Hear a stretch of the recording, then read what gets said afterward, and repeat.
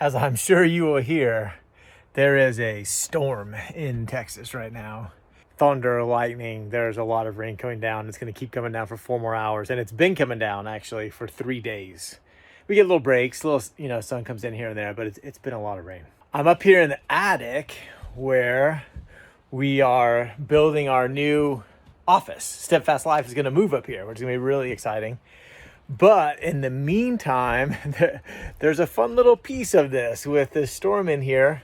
Right here, we've got the vent pipe that is for the small little bathroom we're going to put in here. It goes up here through the roof. And in order to put this in, the plumber had to cut the shingles.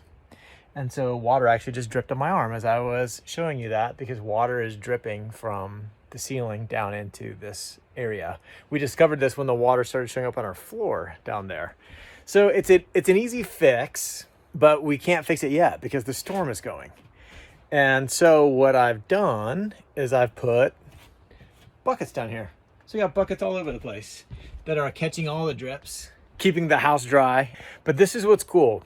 This is the same thing, the leaking roof. This is like some of the emotion that we feel sometimes that we think of as negative and we want it to be gone. And I could walk into this situation thinking, I need the roof to stop leaking. I want it to stop leaking. But if I did that, I would miss out on my business. Let's get thunder right there. I have a client in about 15 minutes or less. I need to be downstairs working in my business today. If I'm up here working on the roof, I'll be missing out on the pursuit, right? The stuff that I've got going on, because all my attention will be trying to stop the leak, trying to stop the leak, trying to stop the leak. And so you can imagine it's similar to when you're feeling some frustration or something like that.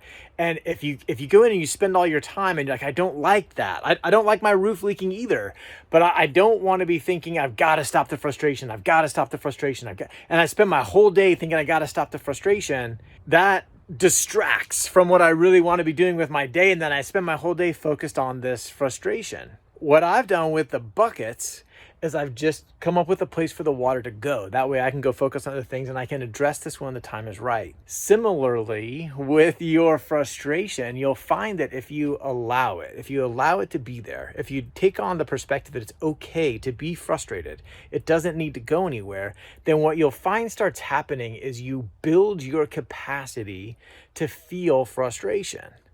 So now if I had little tiny cups down here, if these were little like shot glasses or something, that would be a problem, because the amount of water coming in would actually overflow into the house and would do damage where I would need to be addressing it. It would feel a lot more like an emergency.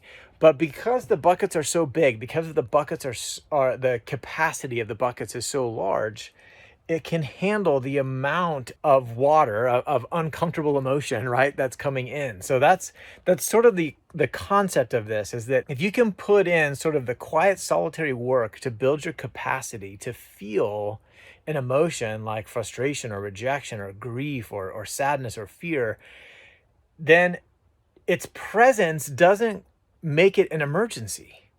You really can just allow it to be there, and then address it at an appropriate time. And so hopefully that makes sense. Your negative emotion, your uncomfortable emotion, can be very similar to a leaky roof in a storm in Texas. If you've got a big enough bucket, then you can just go on with your day.